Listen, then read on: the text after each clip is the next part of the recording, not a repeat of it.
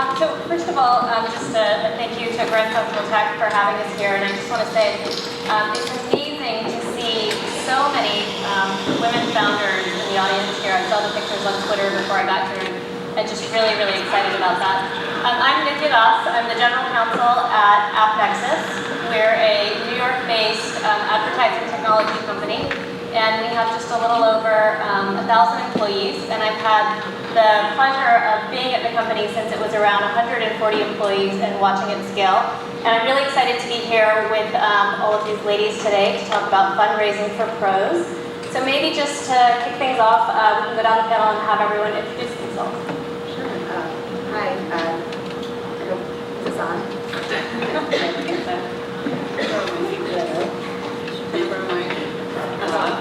It's on. Is it on now? Okay.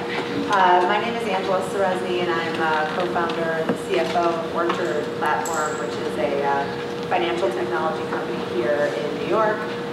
We're at about 48 employees now, and what we do is provide software to institutional investors and asset managers who want to buy loans from loan originators. So, and we've been around for about 2.5 years. And I'm really excited to be here to talk about fundraising. I'm Alisa Volkman. I'm the co-founder of Babble, which is a parenting platform and grew into a platform for women bloggers. We were acquired by Walt Disney Company, and we had a great time there. And I'm now just closed on financing for my next venture. Good afternoon. I'm Alexandra Wilson. I am co-founder of Guilt, and now working on my next venture, which is called GLAMSQUAD. And given that you're all fabulous, beautiful women, you're exactly our target demographic. So hopefully you'll check out our app. But what we provide our clients with, focused on women, is beauty services, high quality, affordable prices, in the convenience of your own home, or your office, or your hotel if you're traveling. We're in 3 markets, New York, LA, Miami, and our prices are pretty affordable for the luxury product that we offer. So $50 for a blowout, $75 for makeup, $35 for manicure, $50 for pedicure, and you can have all the services done at the exact same time so you can feel like a celebrity. Hi everybody, my name is Tania Yuki. I'm the founder and CEO of Shareablee, and we're a big data and technology platform that measures all of the world's interactions with all brands, all publishers, all celebrities across all the major social networks. So a big part of our core business is competitive benchmarking, but also providing technology through a platform that can actually help marketers improve their social content marketing and eventually their overall content marketing as well. Great, thank you. So maybe just to kick things off, let's talk about, let's start at the early part of the fundraising process. So decide you're going to raise a round. It oftentimes feels like there can be a little bit of an art to getting momentum around getting VCs invested. Alexandra, maybe you can start us off by talking a little bit about how do you create that momentum? Is there really an art to it? So I have to admit, I was on a flight yesterday back from San Francisco, and I ran out of things to watch, so I actually watched a few episodes of Silicon Valley. I was laughing out loud because it's just such exaggerated versions of some realities. So there were several episodes in there about fundraising, so you might want to watch it just for laughs. But I think momentum is really important. I think the timing in your own business is very relevant, and the timing also in the more macroeconomic environment, and also just seasonal timing. So we just closed our Series B for GLAMSQUAD in July, and we started the process in May, and we actually hadn't run out of our Series A, but we were thinking, let's capitalize on momentum that we're finding within our company. We were going through this sort of really exciting time where every week was better than the previous week, and we thought, this is the perfect opportunity to fundraise. We knew that there was a possibility, and it was the reality that summer could slow down a little bit because there's a seasonality to a lot of businesses, ours included, e-commerce, shopping, fashion. There's going to be seasonality, so you want to fundraise ahead of that seasonality. And also, a lot of VCs, it seems like they all go on vacation for August. and probably the Christmas holidays as well. So it sounds silly, but it is a reality. So we were rushing to go through our process, finish diligence before August. So we closed literally the last week of July, and MEA led the round. And so both sets of timing we think were really important. What are some of the different things that you all have sort of focused on as you go about evaluating different term sheets? In terms of picking between one or the other, or even maybe picking between VCs? So I'll start. One thing that was important to us, especially as we've raised 3 rounds of funding, a seed, an A, and a B, and particularly as we moved into the later rounds, was to make sure that we had a good relationship and had like a similar vision with whoever the partner was that we were working with at the firm, and that partner would be able to like work for us and would be able to sort of get stuff done for us within the firm. Because what you find is that the better relationships you have with your VCs, the more that you can sort of leverage their knowledge and their information. And it's nice when they have sort of like a senior or a vocal position within their own firm. And what we found, so in our last round, we brought in Thrive Capital, and they've been great to work with. One of the reasons we really liked them was Josh, who we were working with, is the founder, and so it was great. We knew like we could ask him a question, he'd come right back. He didn't have to go through a bunch of layers of approval. But the other thing that we liked about him was that while we were fundraising, they even came to us with a presentation of sort of the culmination of all the diligence they had done on us and like suggestions about our business, and that was really cool. We felt like, okay, these are people who are going to partner with us and will even do maybe a little bit of work for us and with us. So. Yeah, I think following on that, I think when I was going out to raise for my next venture, I think it's important to be really thoughtful about the people that you're approaching. I think it's important if you can find people that are obviously passionate about sort of the area that you're going into. For me, it was great to have relationships that I'd already built with other VCs, so I knew that I could sort of go to them. They understood who I was as a business person, how I sort of thought about growth, so it was great to sort of have some relationships that were already in place. But I think also then approaching new people, I think it's always great to find people that are sort of interested in what you're doing and can bring a lot of expertise to the table that you can leverage. And I think when you think of sort of the group of investors, the ones we have right now, what's great is they all sort of bring a different expertise to the table, which I think is really important, because I think you do really want to, I think some people maybe think about raising money as just taking money, but I think it's really smart to have smart money and people that are really going to be your strategic advisors and allies and there for sort of the long haul, and that can really add a lot of value to you as you're growing the company. So it was really nice to sort of think about how each investor I sort of approached could bring a certain expertise to the table. And I think the syndicate is a really well-rounded syndicate that I can lean on for different things. And just to add to that, particularly I think for your A, maybe also in your B, but perhaps a little less so. We're oftentimes, particularly if you're a sole founder or even if you have co-founders, you won't necessarily have your full management team built out. So for me, I was also thinking about like what other qualities would this person kind of bring onto my team, because no one is more incentivized to help us succeed than the person who's really stuck their neck out and sold you through to their fund.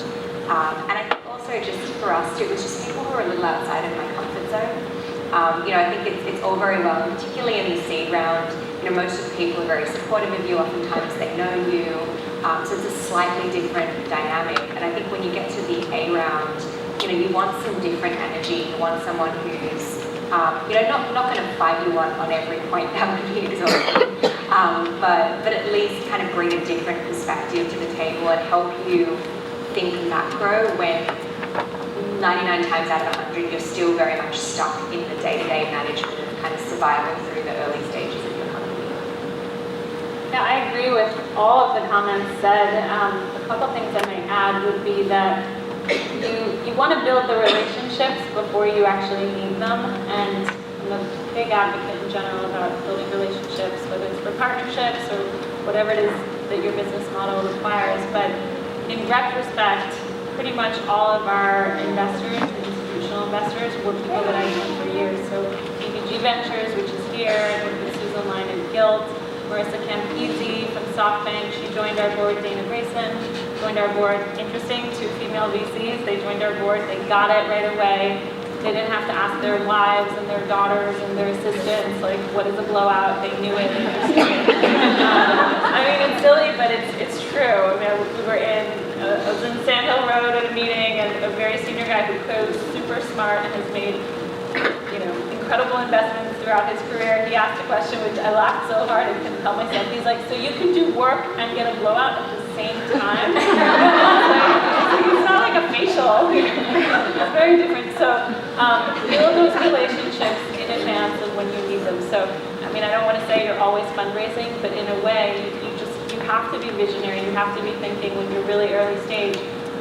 Think about who would you be going to if you're thinking about an A, a B, a C, or D. We had conversations where we were too small and too early, but I feel like if we do in the future need to raise money again, at least they're already familiar with our business. Yeah, I mean, so I think that's great. A lot of times what you hear from entrepreneurs is sort of this inclination to focus instead on maybe valuation when they're getting term sheets in. And I think one of the things that I'm hearing here from the panel resoundingly is really more focus on the relationships.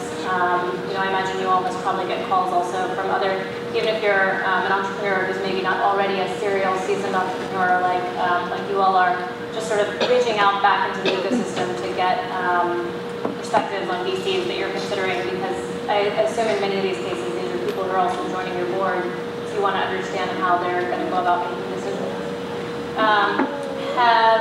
Have any of you ever been told no? I'm sure you probably have in some way, shape, or form during the course of fundraising. What do you do with that? How do you learn from it? Is there something that you can learn and take away from it? No, we've never been told no. We'll talk after. Okay, I'll jump in. Sure. Absolutely, of course, and I think there's a trick to it and what to listen for, and I think it's something that I continue to learn how to do. Because I think initially, I go back to our A round, and it's like there's the first time, just to get a sense of the room, who's raised venture capital or is raising venture capital. So there's a pretty good amount of people. So then you'll know that there's like the first VC that you meet and you fall in love with and you get really excited about who says no to you. And it's like, it's heartbreaking, right? It's like your first love. But I think it's listening for, there's some people who are just not going to like this space. There's some people who are just too early, or the check size is too big or too small. So there are some of these kind of, I guess, structural components. But everything else, you listen to what is the disconnect between what I thought I'd said and what I'm hearing this person heard me say. And it's trying to bridge that gap, because I think, one thing for me is coming at it from an entrepreneur's perspective and thinking about this very much through the lens of our customers. That's kind of the language that you use, and seeing what the difference is between how you express value there versus talking to someone who, at least in the B2B space, is looking for a hard dollar ROI and thinking about things from very banking-centric or very financial terms, and how you kind of split the difference between those two things. The good thing is, unlike when you're selling, you only need one or two, so it doesn't kill you. But. I've always found, there's a part of me that finds no's motivating, so it makes me really want to work harder and think about how I maybe do better if there was sort of a disconnect in the meeting, maybe if I didn't sort of share the right data. But I also think no's from people that maybe aren't really a great fit are less painful than no's from people that you think are really fantastic fits. So I think using no's as an opportunity to sort of gain as much information as you can is really useful. If it's no from someone that you really, whose opinion you really value, oftentimes it might be the size. I also think just not taking it personally, right? I think these things can be really difficult, but I think turning it into an opportunity to sort of take a better look at your business and the marketplace and how you're thinking about revenue and growth. Because what's great about VCs is they see and touch so much, and they can be really useful, even in no's, of giving you really valuable information that I think can really help sort of your next pitches. So I've always sort of used them as opportunities to gain as much information as I can, and then when you get the yeses, you're sort of, it's it's great to sort of get that started. So I know that we did a quick poll of how many people have raised around. Can I just ask one more time that how many people have raised a series seed or A round or angel funding?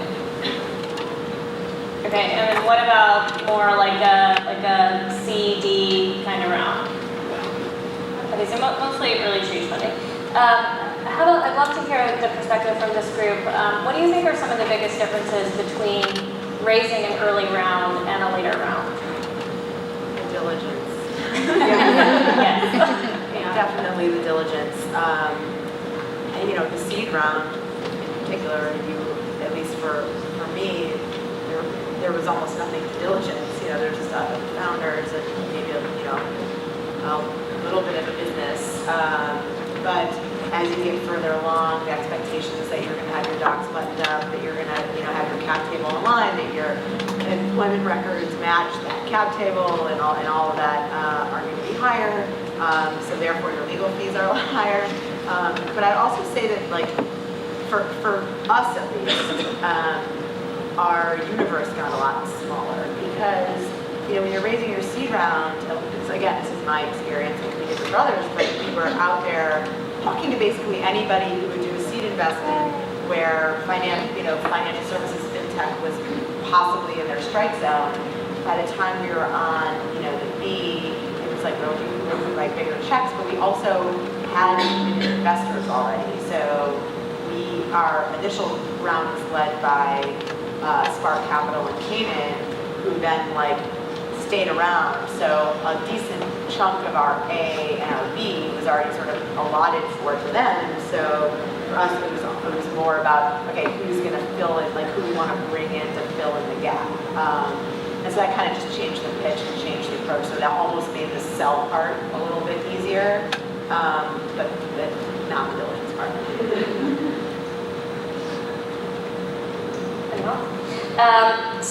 I think this was alluded to a few times, but so Alexandra, you mentioned fundraising for your Series B while you still have the Series A.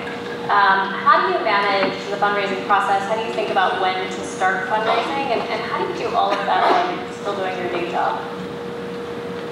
There are a lot of good questions. One thing I was thinking about earlier when you were speaking is that just realities out there. I hope I'm not offending anyone to think about. I'm also a very optimistic, glass half full kind of person. So I think maybe some slightly negative things that you should just assume, even if they're not true, are assume that all the VCs are talking to each other. They might not be, but after the fact, you realize they all knew all of your business, even though you think you're being discreet. I don't know how that works, but that can be another panel. So assume they all know what's going on. And in terms of juggling, I think, ideally not your entire team is focused on fundraising. Ideally, not everyone is traveling. Ideally, there are people who, whatever they are, your co-founders, your early team members, do not let your engineers off, take their eye off the prize. Do not be dragging them to pitch meetings. Fine, maybe in diligence, but you can't delay your business. I guess it depends on what your team looks like, but we don't have that many engineers, so there's no way. I was very, very protective of their time during the process. And I think the other thing I wanted to share was be careful with the actual sharing of data, because you do get the sense that everyone's well, send me your numbers, and then we'll talk and have the next meeting. So you do get the sense that a lot of investors are literally collecting data from every startup out there, whether or not they're very serious about investing or not. So just be cautious, be careful who you share it with. Only share it with the potential investors who you really believe that they're interested in you and you're interested in them.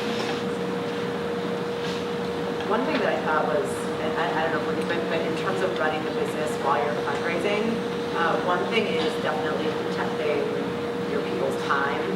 And making sure that you almost assign a deal team. So we put 2 people, we're you're the 2 people who do stuff. If you need anything, you're going to be the 2 people who go get it.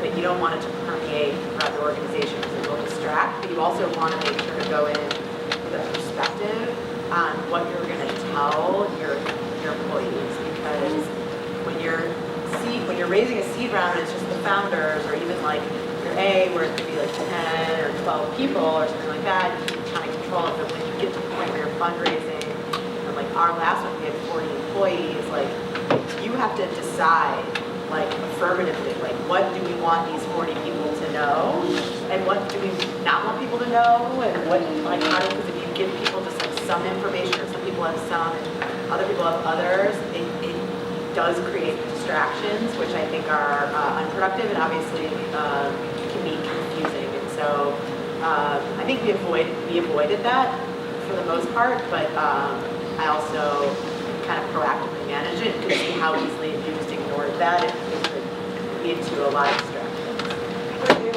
Two quick things just to add to that. So the first is I see each of the fundraisers as sort of, at what point do you either have you already delivered on the promises of the last fundraise, or are you sort of so far along that you're going to get there and you can go out for more oxygen and take it to the next level?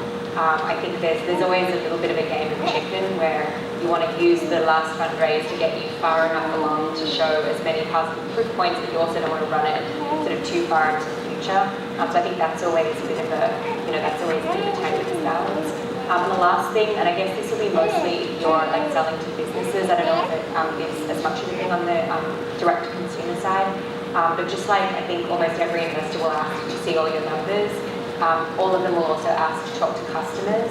And again, like I'm more than happy to facilitate that. That's obviously a really important thing. But just really making sure that you're far enough along, and if you can sort of swing it, have it be the absolute last thing that happens before you kind of move through to that deal sheet process. Because I think otherwise, you've just got to be so respectful of your clients' businesses and not disrupting that. But I think it could be very easy to get down that pathway of, just talk to 4 customers without getting super clear on what the investor is trying to understand, and it can be very disruptive to your business.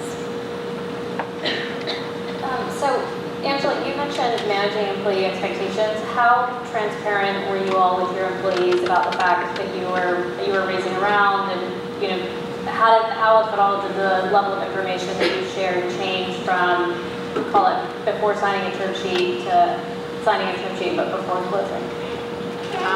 So we were actually pretty transparent.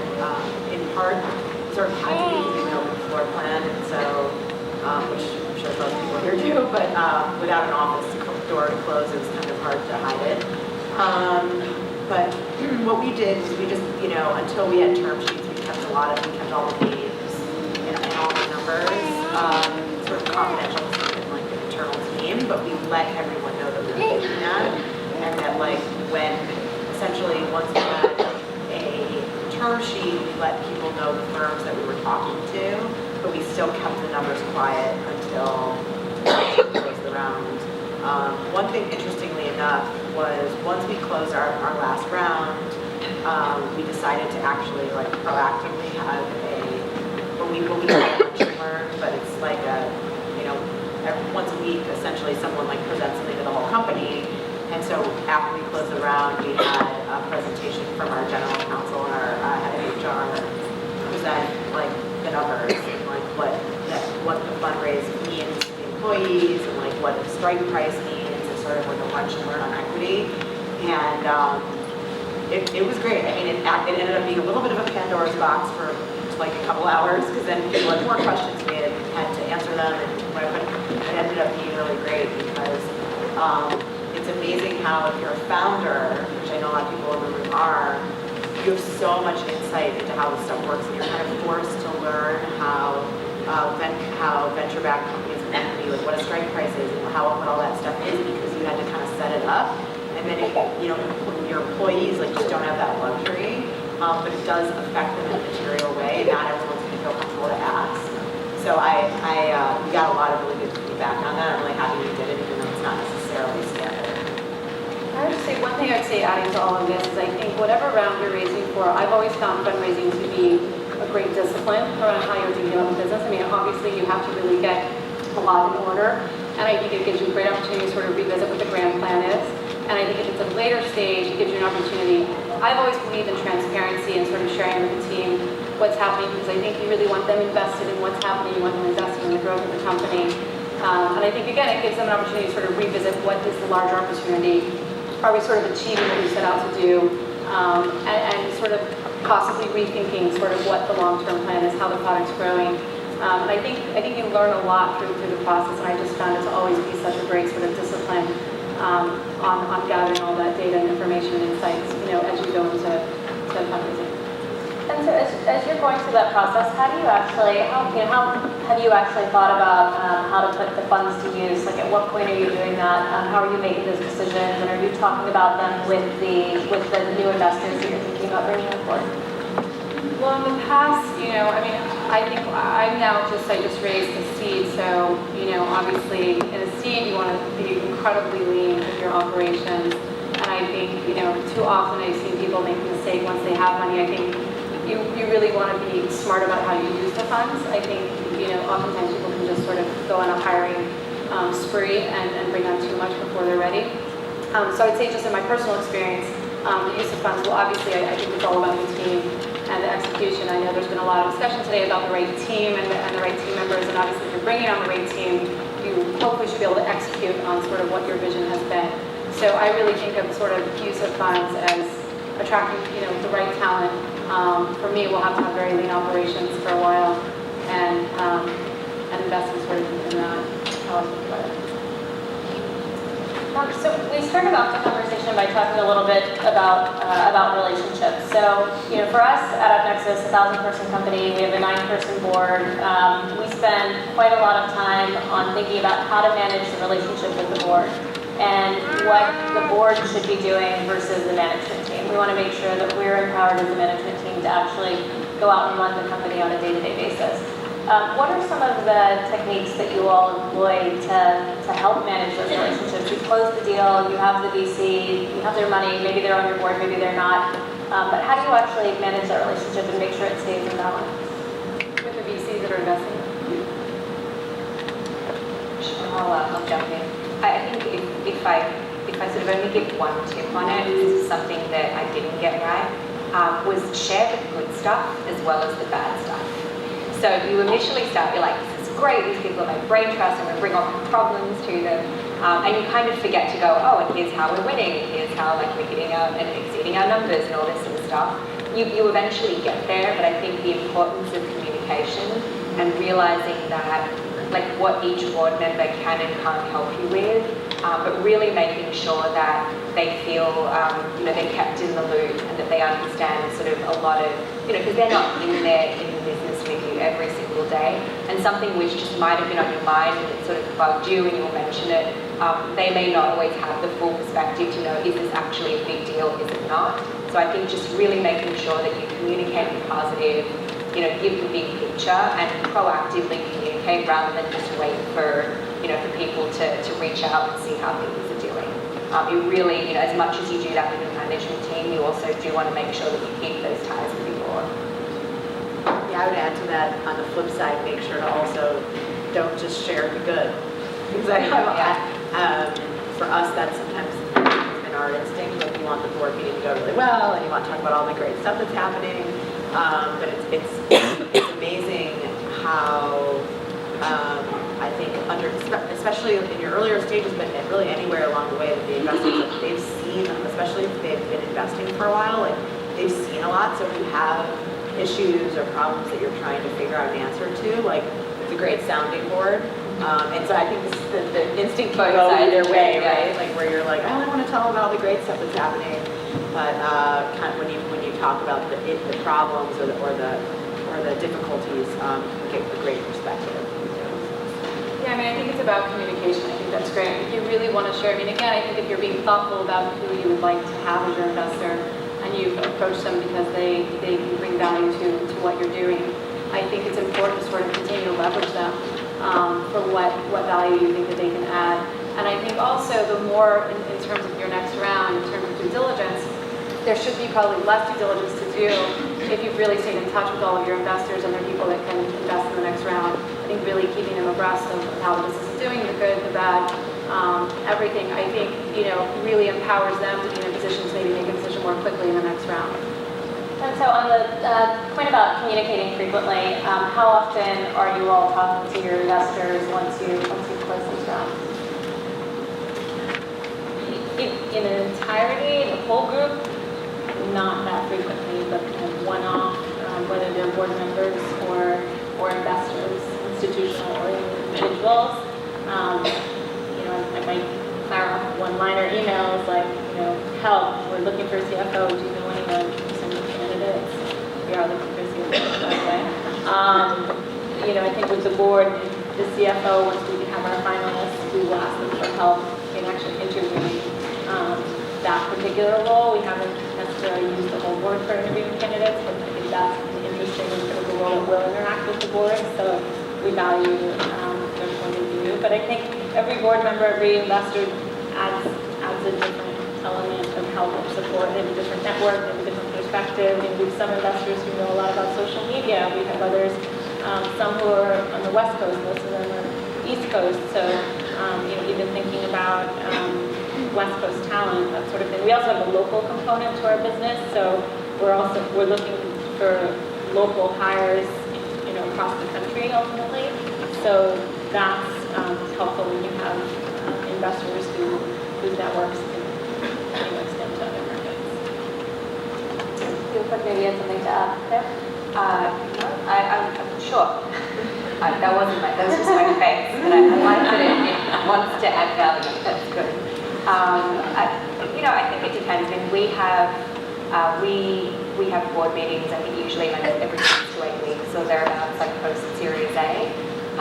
But I mean, there are periods where I'm talking maybe once every 2 weeks, something like that. But it really does depend because everyone you'll talk to for slightly different reasons. So it's not a case of like you have a recurring calendar thing like must call so and so. It just sort of happens that in the flow of what you're doing, it sort of makes sense to reach out.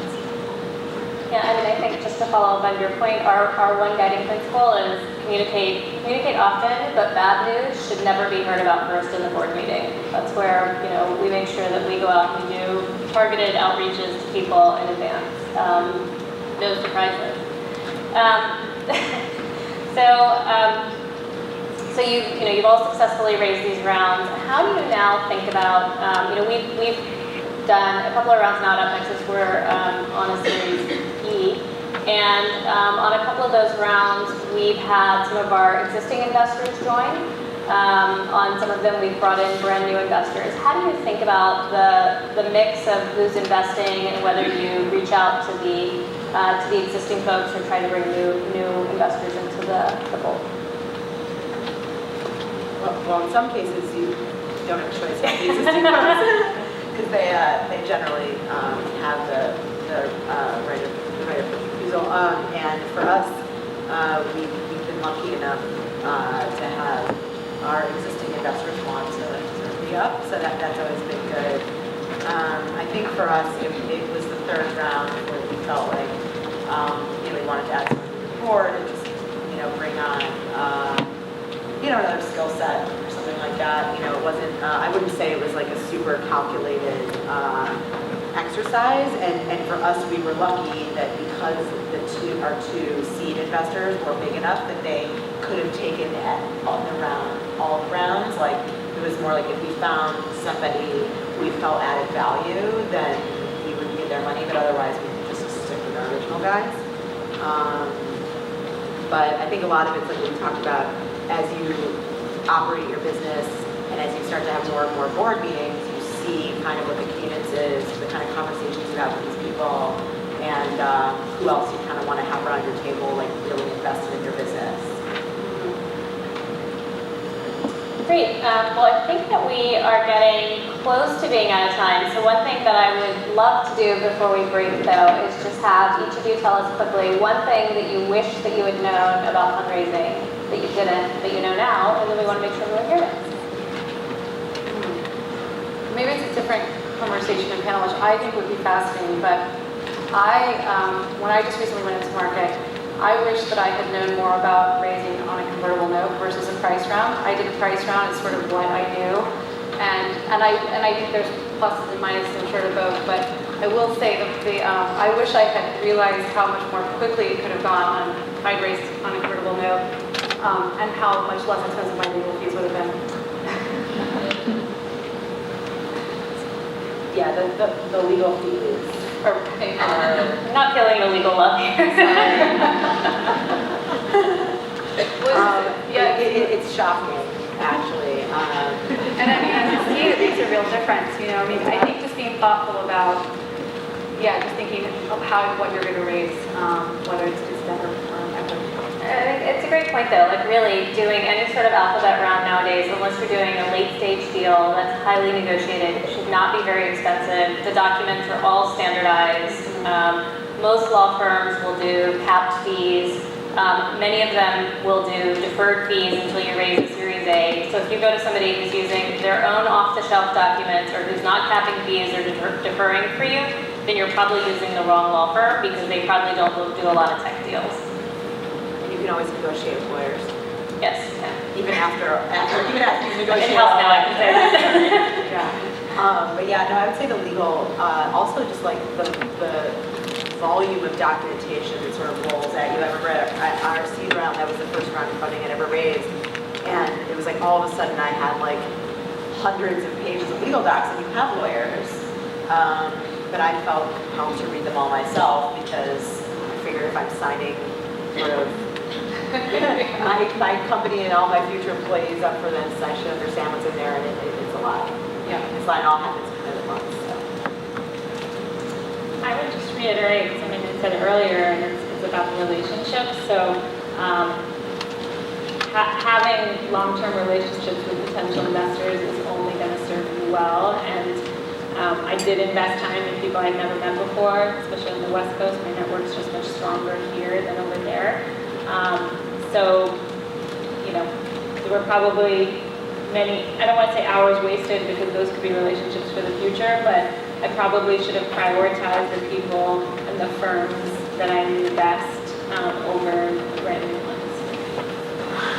That's a good point. I think the only thing I would add is just also understanding that, you know, particularly if you're fortunate enough to have, you know, multiple funds that are interested, just really kind of being clear on what you're hoping for in a partner, and really thinking about it both in terms of, you know, they're interviewing you, but you're also interviewing them, and it's good that it goes both ways, because you want to be sure that, you know, you're clear about what your hopes are and what your visions are for the company, and that those are aligned early. I think rather than thinking about it just as a, you know, you're going out and it's a binary win loss sort of thing, but really thinking about it in terms of those relationships. Great. So quickly to recap, raise before you need it. Focus on the relationships. Listen to the no's. You can learn a lot from them, and they can be an opportunity. Get your legal stuff in order. It's really important as you're doing a later round. Don't have everyone else fundraising, especially not your engineers. It's an opportunity to revisit your grand plan. When it comes to managing your investors, share the good stuff and the bad stuff. Be proactive, no surprises. And legal fees can get negotiated. And I suppose this is the last one, book a blowout.